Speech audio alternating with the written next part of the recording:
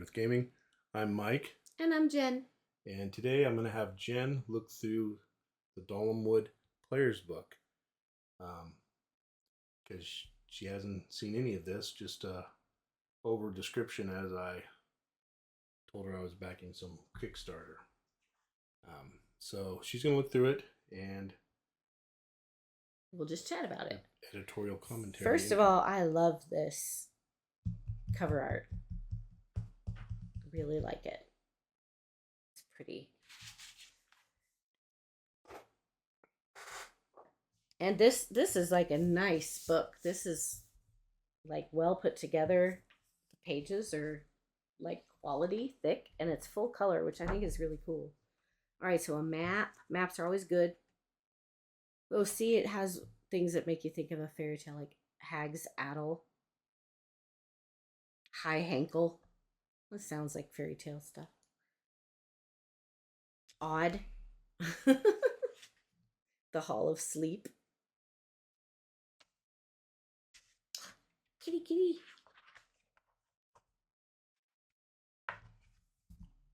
Oh, this is cool looking. Welcome to Dolmenwood. I'm not going to try to read this because I won't be able to read it in a cool accent.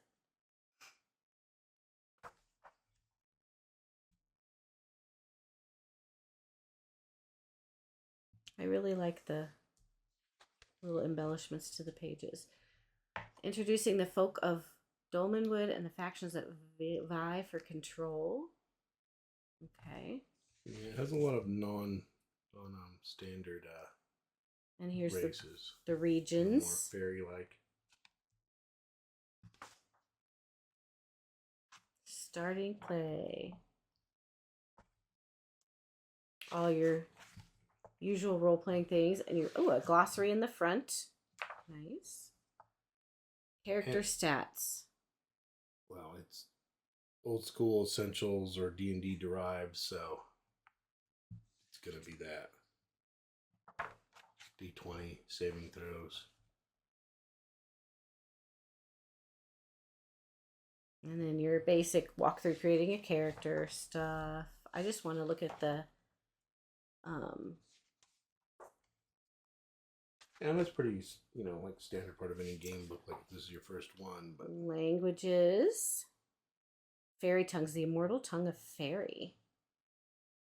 High elf mule, the secret language of grimalkins and other cat-like fairies. Sylvan and dwell.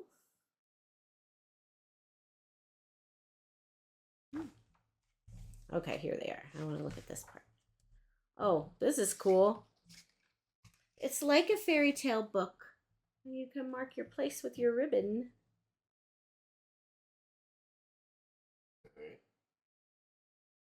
Mortals, Breggles, humans, and mosslings. They don't have any magic. Okay, so here's a mossling. It's like a moss person, like for real. A Breggle, which looks like a goat person. And a human. Then fairies have immortality and innate magic. And an air of unearthliness. Yeah. So we've got... And like, it looks like you get little cat people that are small, so they might be your replacement for halflings. Yeah, Grimalkin and elf are fairies, it says. Playable kindreds are elves and grimalkins, so right here. So if you want to do your Puss in Boots character, or if you're a furry, or if you want to pretend your house pet is a anthropomorphic hero. And then the demi-fae forsaken their native world and taken a permanent residence in the mortal world, which has changed them so they're no longer true fairies, and you can play a wood grue, which I don't know, looks sort of bat-like. Kind of has bat features on its face. And it's wearing a little bat cape. Maybe it's a bat type person. I don't know. Creature. Oh, here we go. And this just tells you about them. Take the ribbon out for right now.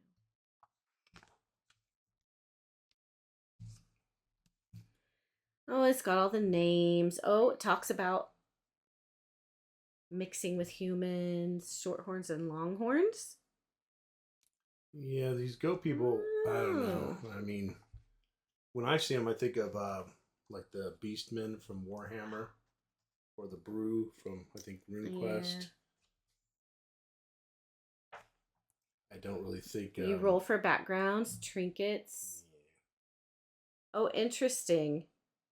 What kind of eyes you have, you can roll for all their. That's kind of fun.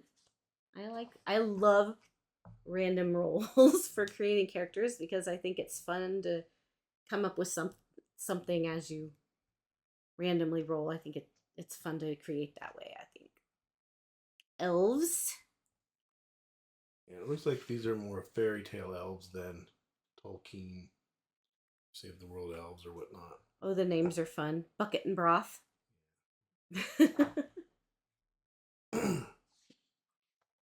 Grimalkin. These are the little cat people. Normal form is that of a humanoid cat wearing clothing, speaking, walking upright.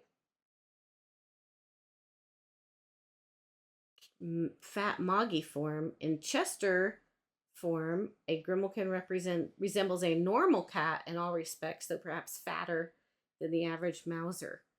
A Grimalkin in Chester can understand language, but can only respond in wordless yowls, meows, so they can shapeshift. And Fey predator form is the wilder form. The primal Fey form of a Grimalkin in wilder is difficult to perceive clearly in the mortal world as more than a gleaming pair of deranged predatory eyes beyond the throw of the lantern's light. So that's very like Alice in Wonderland. Mm-hmm. Cat. These are cool. I like this. This is fun. Yeah. Oh, they're vulnerable to iron. Well, because they're fairy, yeah. Human. I don't think I really need to worry too much about what a human is. Kind of know that. Mosslings, gnarled woody humanoids whose fertile flesh hosts mosses, molds, and fungi. Ick. They live in dank forest burrows. Symbiotic flesh. Yeah, no. Oh, he looks kind of cool. This is very, very much like.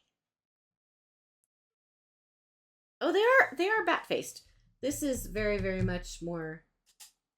What I would say is higher fantasy because everything is very, very different. I don't know, just the typical fantasy setting seems grittier than this one. This kind of reminds me too of what Lion, Witch, and Wardrobe. Right. Well, this is these adventures are probably more like more fairy tale or that kind of base. So then we're going to be more leaning into the story thing rather than going in a dungeon and testing with a pole kind of thing. Woodgrue are bat-faced, demi-fey goblins known for their love of music, revelry, and arson. I know quite a few players that would want to play anything that burns stuff down. There's always seems to be one guy in every group that does that. That's true. And I was right about the bat thing, so that's kind of cool. Classes, we have typical class. Bard, Cleric, Enchanter. Ooh, pretty picture. Fighter, Friar. Oh, it's like a monk, not like a karate monk. Yeah. And I like that, and I also like that in the Dragon Slayer game where they just have regular monks, not and karate. They can turn undead too. Helpful. Both clerics and friars can. That's cool. Hunter, knight, magician, thief, of course. And then see, there's no paladin. No paladin. Well, they have the knight, which is basically. Well, I think that'll kind of lean into more of Arthurian type. You can use that for your Arthurian type mythos and templates. Different magic system. So we have arcane magic. I'm guessing we have another kind, fairy magic. Yeah. Yeah. Glamours. Runic magic. Holy magic. Interesting.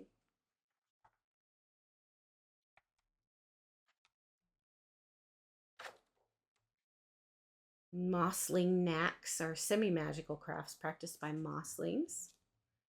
I don't know why, but I think of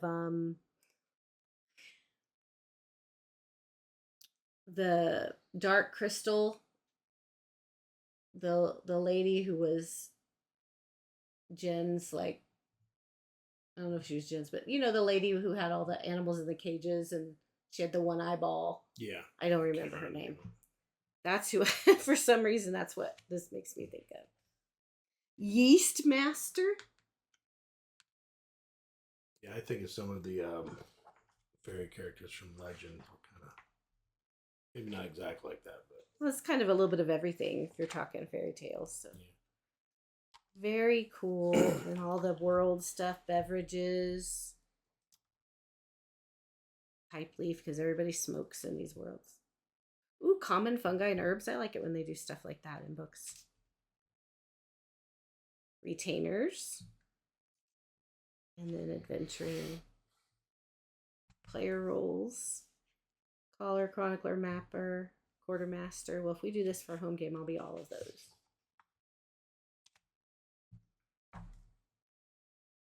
Very cool. This might be the one where we can get our daughter to play because she can play as a cat person. Maybe. And then appendices.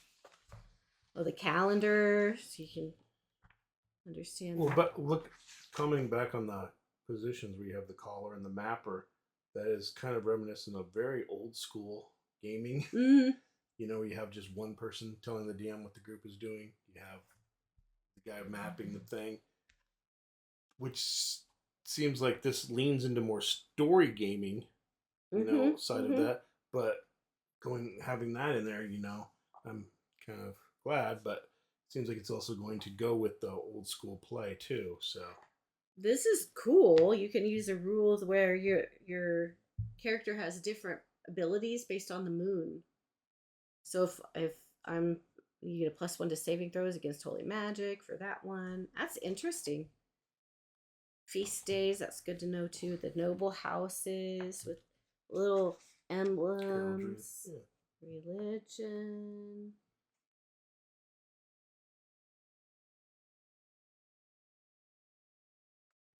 So this is, I guess, the racist class. If you wanted to do this. Okay. Play that way. I see. Okay. That's kind of cool too. You got multiple options of how to implement it.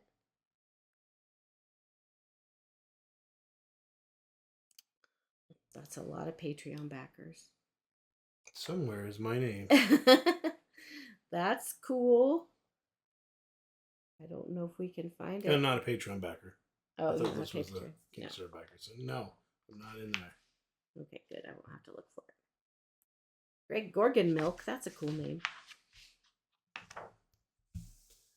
And very cool. They look like they use the bookends. Uh-huh. That's good. Yeah, the map is on the front, and then this one is like just like your quick reference for gear, camping. That's always good. And also, if you try to get a book printed like that, it does add a little bit to the cost. So these are nice. Like these are nice books, and I think it'll be fun to play it. Yeah, it was a lot better. I got more than what I ever expected for the amount I put in for the Kickstarter, so it was good. It's really cool. I think it'll be fun to play, hopefully. It'll be something different. Mm-hmm. Yeah, for sure. Very cool. All right, well, that's all we have. We'll see you next time. Goodbye.